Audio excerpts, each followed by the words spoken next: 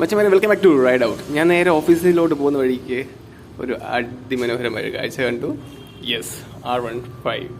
ഒന്നും നോക്കില്ല, വണ്ടിയോട് പാർക്ക് ചെയ്ത് നേരെ പോയി കയറി പോന്നു, ബാഗ് അവിടെ വെച്ചു. എന്നാൽ പിന്നെ ഒരു ചെറിയൊരു വീഡിയോ ഒക്കെ സെറ്റ് ചെയ്തേക്കാന്ന് വിചാരിച്ചു. സത്യം പറഞ്ഞ് കണ്ടപ്പോൾ തന്നെ എന്തൊരു ഭീകര ലുക്കാണെന്നറിയോ, എന്ത് മനോഹരമാണെന്നറിയോ കളർ. ഭയങ്കര ഐ ക്യാച്ചി എന്ന് പറഞ്ഞാൽ ഒരു രക്ഷയില്ലാത്ത ഐ ക്യാച്ചി ലുക്കാണ് ഈ ഒരു R15 വെർഷൻ 4.0 ഏറ്റവും ലേറ്റസ്റ്റായ റെഡ് കളർ തീം. എൻ്റെ പൊന്നെ, ഒരു രക്ഷയില്ല. അപ്പോൾ R15 എന്നൊക്കെ എഴുതിയിരിക്കുന്ന ഒരു ബ്രാൻഡിങ് നോക്കി, എത്ര അതിമനോഹരമായ ബ്രാൻഡിങ് ആണെന്ന് നോക്കി.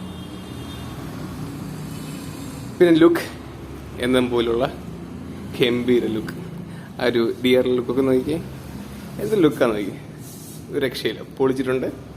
പിന്നെ ഈ ടാങ്കിലെ ഒരു ഫിനിഷിങ്, ഒരു ലൈറ്റ് ഇവിടെ കത്തി കിടന്നപ്പോഴത്തേക്ക് നോക്കി, നെക്സ്റ്റ് ലെവൽ.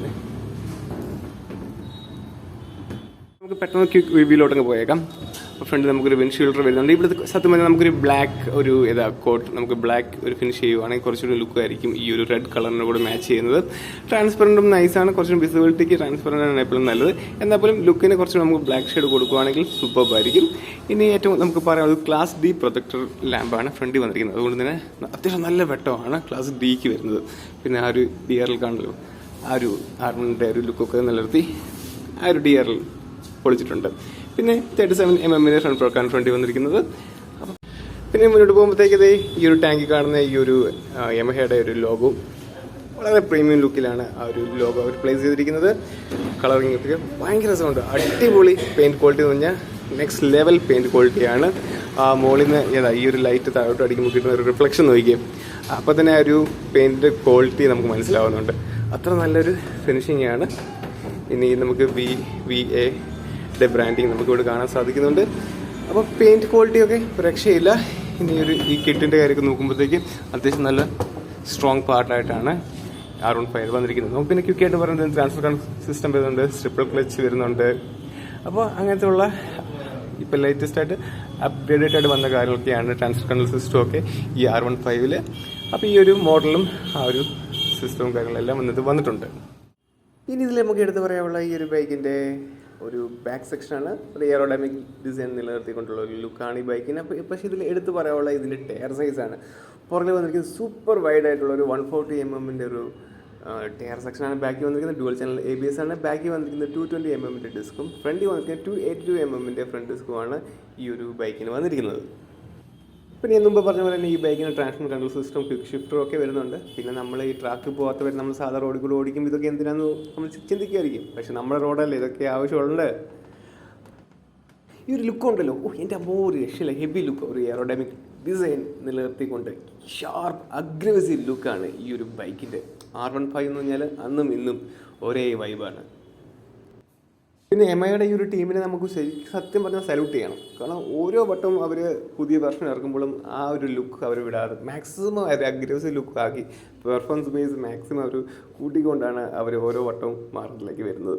ഇപ്പോൾ ഒരു കിറ്റ് വണ്ടിയാണ്, കിറ്റിലാണ് വന്നത്. എന്നാൽ പോലും ഈ വണ്ടിക്ക് 170mm ഒരു ഗ്രൗണ്ട് ക്ലിയറൻസ് നിലനിർത്തിയാണ് R15 മാർക്കറ്റിൽ വരുന്നത്. അപ്പോൾ ഒരു ടാങ്കിൽ കാണുന്ന ഒരു എയറോഡൈനാമിക് ഒരു എലമെൻറ്റ് നോക്കിയേ. അപ്പോൾ അതുപോലെ ഓരോ പർട്ടിക്കുലറായിട്ടുള്ള കാര്യങ്ങൾ അവർ ശ്രദ്ധിച്ചൊരു മാക്സിമം ഒരു സ്പീഡ് ബാലൻസ് ചെയ്യാൻ വേണ്ടിയുള്ള രീതിയിലാണ് ഈ ഒരു ഡിസൈൻ അവർ ചെയ്തിരിക്കുന്നത്.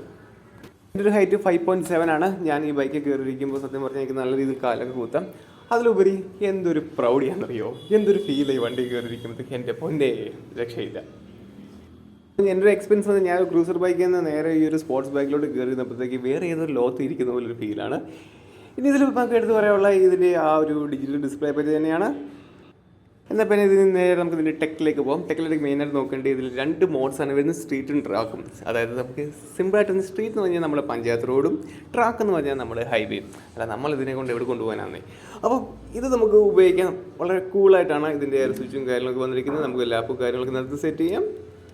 കൂടാതെ കണക്ട് ആപ്പ് നമുക്ക് കണക്ട് ചെയ്യുമ്പോഴത്തേക്ക് നമുക്ക് കോൾ, SMS, ഫോൺ അലേർട്ട്, ബാക്കി നമുക്ക് ഇതിൻ്റെ ഫ്യൂൽ കൺസംഷൻ, ലാഡ് സ്പാർക്കിംഗ്, മെയിൻ്റനൻസ്, ഇങ്ങനെ കുറേ നോട്ടിഫിക്കേഷൻ കാര്യങ്ങളൊക്കെ നമുക്ക് വളരെ ന്യൂജൻ അപ്ഡേറ്റും കാര്യങ്ങളൊക്കെ ഈ ഒരു ഡിസ്പ്ലേ നമുക്ക് അറിയാൻ സാധിക്കുന്നതാണ്.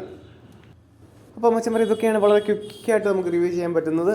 അപ്പം ഇപ്പോൾ സൈഡ് സ്റ്റാൻഡ് വെച്ചപ്പോൾ ഒരു കാര്യം ഓർക്കുന്നത്, ഇത് സൈഡ് സ്റ്റാൻഡിൻ്റെ എഞ്ചിൻ കട്ട് ഓഫ് കാര്യങ്ങളൊക്കെ ഈ ഒരു ബൈക്കിന് വരുന്നുണ്ട്. അപ്പോൾ സത്യം ഞങ്ങൾ ചെറുതും വലുതുമായിട്ട് ഒരുപാട് കാര്യങ്ങൾ നമുക്ക് ഈ ഒരു ബൈക്കിൽ നമുക്ക് പറയാൻ സാധിക്കും. അപ്പോൾ മച്ചാൻ പറയാം ഇൻസ്റ്റാഗ്രാമിൻ്റെ ഒരു ലോഗോ ആണ്. അതുകൊണ്ട് നമ്മുടെ ഒരു വീഡിയോ യൂട്യൂബ് വീഡിയോ ഒക്കെ ഒരുപാട് ടൈം പോയാൽ ആരും കാണത്തില്ല. അപ്പോൾ അതുപോലത്തെ അവസ്ഥയാണ് ഇപ്പം. അപ്പോൾ അതുകൊണ്ട് തന്നെ ഈ ഒരു വീഡിയോ ഞാൻ ഇവിടെ വൈൻഡപ്പ് ചെയ്യുകയാണ്. അപ്പോൾ ഇതൊക്കെയാണ് മെയിനായിട്ട് പറയാനുള്ളത്. ഈ ഒരു വണ്ടിയുടെ കളർ തന്നെയാണ് എൻ്റെ അമ്മോ തീ സാധനം തീ. പിന്നെ കൂടാതെ വേറൊരു തീ എന്ന് പറഞ്ഞാൽ 1.80 ലക്ഷമാണ് ഇതിൻ്റെ എക്സ്ഷോറൂം പ്രൈസ് വന്നിരിക്കുന്നത്. അപ്പോൾ 1.80 പ്ലസ് ആണ് ഇതിൻ്റെ എക്സ്ഷോറൂം പ്രൈസ്. അപ്പം അതും ഒരു തീയാണ്. അപ്പോൾ ഒരു തീ സാധനത്തിന് തീ വിലയാണ്. എന്തായാലും പൊളിച്ചിട്ടുണ്ട്. അപ്പോൾ പിന്നെ മച്ചാന്മാർ ഈ ഒരു ടോപ്പിക്ക് ഞാൻ ഇവിടെ വൈൻഡപ്പ് ചെയ്യുന്നു. പുതിയൊരു ടോപ്പിക്കുമായി ഉടനെ വരാം.